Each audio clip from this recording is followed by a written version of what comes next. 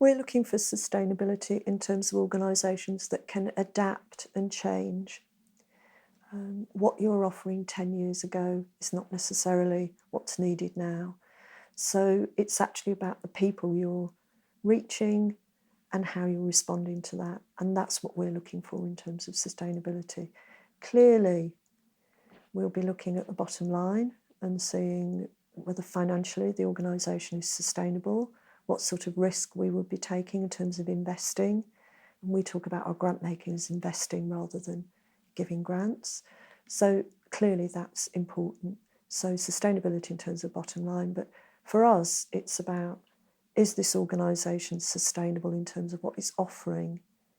And given the changes in this borough, changing demographics, the growing poverty and inequality, are you up to that? And are you able to change and sustain your service? I really struggle with the term sustainability because what does it mean? I think it does just, for a lot of us, it means a good thing, a going concern, or this charity is going to have a future and has got long-term funding. And no charity's got guaranteed long-term funding now. So I think in the past, it might have meant we can be confident that, 5-10 years from now, as long as things carry on as they are, this charity will still be around and achieving what it is. And now I think to me, it's a set of concepts around it being well run, having a reasonably secure, having at least part of its income base being reasonably secure, and being able to weather some of the worst of the economic storms. But I think it's much more about resilience than sustainability now. It's really not a term that we use with charities, or when I do use it, I think I'm using it in quite a lazy way to say, well run. And that's and again, for us, it's much more about the relationships that we build up with the charities. For us to know that our charities are going to be sustainable, they're still going to need us. We used to have, when I started at Pears, there was this kind of prevailing theory of grant management that you would give a charity a kind of tail down grant. So you would do, 30,000, then 20,000, then 10,000. Then you could exit and the charity was sustainable because they'd learned to survive on 10,000 from you and didn't need you anymore. And our big turning point was when we realized that was nonsense. That first of all, we were expanding our spending and we had the money to give them more, but also that they weren't sustainable. They've just replaced your funding with someone else's. And so we actually went through a phase of, I can think of a handful of grants where we got to the 10, so we'd gone 30, 20, 10, and at the end of the grant, we then went back in for 3 years at 30, 30, 30, not because those charities were failing, but because we thought these are well-run charities. They are sustainable in the sense that they're well-run and they need our funding in order to remain sustainable. So why are we pulling out and pretending, job done? Life beyond the grant that we may give you.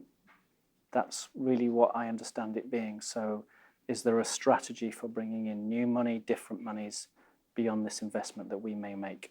We don't ask about sustainability in a big way. It's not a big issue for us. We've funded one organisation since '68.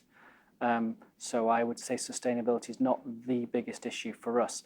Periodically, our trustees would ask an organisation that perhaps isn't being that proactive about bringing in other monies or other funders, and we may know there are other funders in that space. We may give them a nudge to say you really should be making 1 or 2 applications, but I've never in my time at JLCT ever heard, can we see a sustainability strategy? That's not part of the conversation. It's long-term core work on issues that can't be solved overnight. I think what we're interested in is the sustainability of a response to people who face severe and multiple disadvantage. We're interested in how you can continue to resource and focus on that at a time when all of the individual sectors that work around this are having their funding cut. At the level of the organisation, we also do need to think about that, because whilst we've been funding organisations over the last year, 4 folded.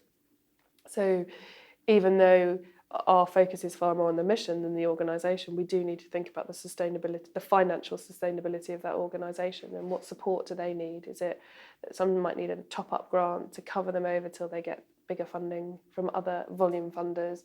Is it that actually they need to have business support so that they can actually learn how to manage themselves as a business and they can create a viable option for local authorities to purchase bed spaces? So, and then the level of the system, it's how do you create that space so that all of these conversations can happen so that it becomes sustainable to maintain a focus on people who face severe and multiple disadvantage.